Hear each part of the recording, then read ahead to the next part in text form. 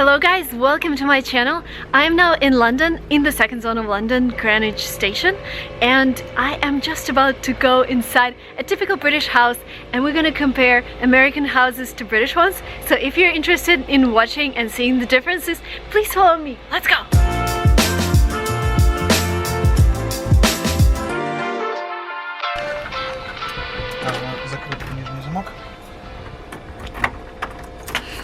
Security level 100. Okay, we're taking off our shoes. In America, would you? I don't think so.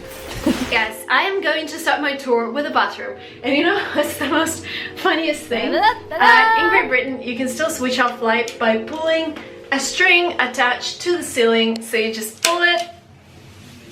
Hello light. And sometimes I even see that if you want to use hot water when you shower, you also have to switch it by pulling something from the ceiling. Crazy in Great Britain, and you would notice it in old houses, is that there is a separate tap for hot water and separate tap for cold water.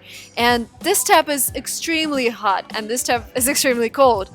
And if you're British, you're supposed to close the sink and then switch on both taps and fill the sink with water. And I think, who does that? Who really does that? And actually my friends who are British, they wash their dishes like that. So they fill in their sink and they put all the dishes in there, and then they use the cleansing foam and they don't actually wash it away. They just wipe it with a towel. And when I first saw it, I'm like, oh my god, how much of this cleaning stuff am I gonna eat? Because basically you wouldn't be able to remove everything with just a towel. But this is what British people do to save water. In the UK, power sockets are also different. And if you're lucky, you can find the right power socket for your American or European plug in the bathroom. British power sockets look like this, and sometimes there's even a switch to switch them on. I don't think I've ever seen something like that in the States. This is a super peculiar difference, but I noticed that toilets, the toilets themselves in the United States are generally lower than those in the UK. And having a lower toilet is healthier because by nature we were designed to do our thing while just sitting down. And the lower the toilet is, the healthier it is. But yeah, whatever. This is just the thing I noticed. And by the way, we're actually in a typical student homestay. So if you're not an English language speaker and you want to come to London to study English, for £160 a week or something like that, you would stay with a local family in a setting like this, and this allows you to save a lot of money, because if you compare this price with a hotel, you might end up getting like 2 or 3 nights in a hotel, and here for £160 you get a whole week, and you can also get some more, like maybe breakfast and dinner. And feel free to check the prices down in the link below. Now we're going to typical student room. There's the student behind me doing something, but yeah, I don't see a lot of differences between this room and a typical American room and a typical house. If you do see the differences, please let me know. But there's something I wanted to highlight. Something I've seen in Great Britain. So in America, we open windows like sliding them from left to right. Here, you open them out in the street.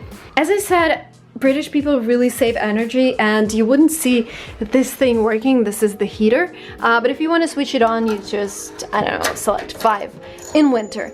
But what British people do, they would just provide you with a really cool blanket. They call it duvet in Great Britain. It would be really like thick in winter. This is the summer version of it. But only in winter you would have like a really thick one to warm yourself. So if you're traveling to Great Britain starting October till May, even like anytime you travel, I would suggest taking your winter pajamas and really warm stuff, because sometimes it's really cold at home. Right now it's really hot. I'm like struggling to breathe. But yeah, this is a typical student room, and let's go downstairs and see the kitchen.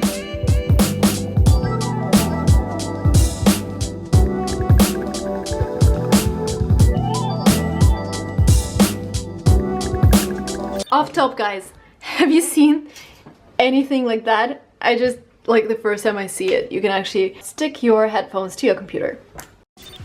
Carpets everywhere, well, almost everywhere on the stairs, so you don't fall down. By the way, guys, the ground floor, which would be the first floor in America, in Great Britain, it's ground floor. The second floor is actually the first floor, and the third floor is actually the second floor. So we're like one level up in Great Britain. So the entrance, like where you enter, is actually ground floor. Sometimes I see ground floors in the States as well, but normally it's gonna be first floor or like lobby, and then there's second floor and third floor. But in Great Britain, you get like an extra. Okay, let's take a look at the kitchen. I think this is international, like having your fridge in magnets, so international. I prefer fridges without any magnets. I think it adds more style, having a fridge without magnets, but this is very traditional British. You know who he is? You should know. He's son of Catherine and William, so this is royal family on the wall. What else is, like, I don't see a lot of differences. This is gas stove, and this is very typical for small apartments to have a washing machine in the kitchen. I haven't seen anything like that in the States though. I've seen like a separate laundry in houses. I've seen like a laundry room or laundry in a closet, but here washing machines sometimes stand in the kitchen, especially when the apartment is small. Actually, in my apartment in St. Petersburg, I also have a washing machine in the kitchen. This is a device used for warming water. I haven't seen anything like that in the States, again, especially in the kitchen. Another difference that I've noticed is that in the States, kitchen is normally connected with the living room, so it will be like a common space, maybe separated by a bar table or something else. But here, kitchen is like a separate room. So it is not in any way connected with the living room. There's the door, so there's like extra space. Personally, I prefer kitchen to be separated from the living room, because if you're cooking something and something burns, this means that the living room wouldn't get the smell. Let me know what you think. Again, in Russia, we have a separate room, but in San Francisco, in my apartment, the kitchen is like semi-detached from a living room, but it's still not fully detached. And if I burn something, then half of our apartment is gonna smell. Okay, we're in the living room. The living room, as I said, is separated from the kitchen.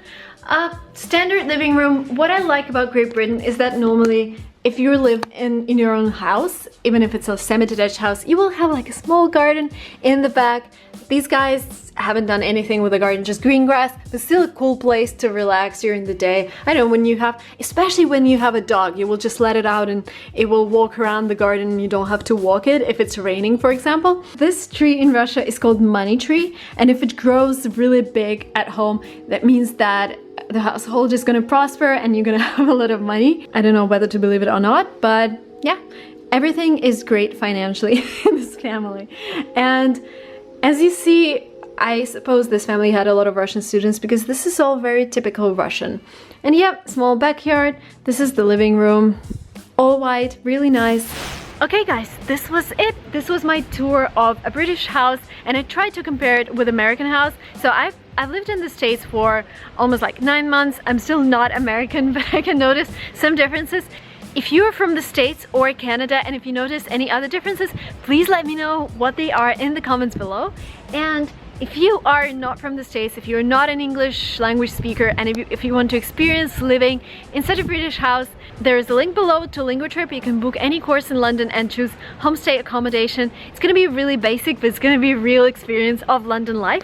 I hope you guys enjoyed watching this video. Please don't forget to subscribe to my channel. If you do not follow me on Instagram, I have so many cool pictures from my London trip. The Instagram is Lingua Marina. I'm gonna wait for you there, and I will see you in my next videos. Thank you so much for watching up to the very end. See ya, bye bye.